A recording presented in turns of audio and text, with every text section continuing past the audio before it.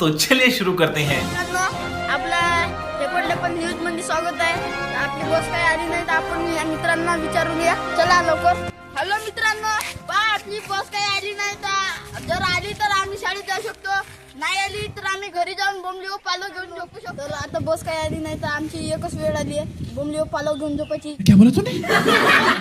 पालव घेऊन झोपायची। चला बघा, हे बघा आपले, हे बघा आता बोंबलिओ पालो घेऊन झोपायची स्टाईल।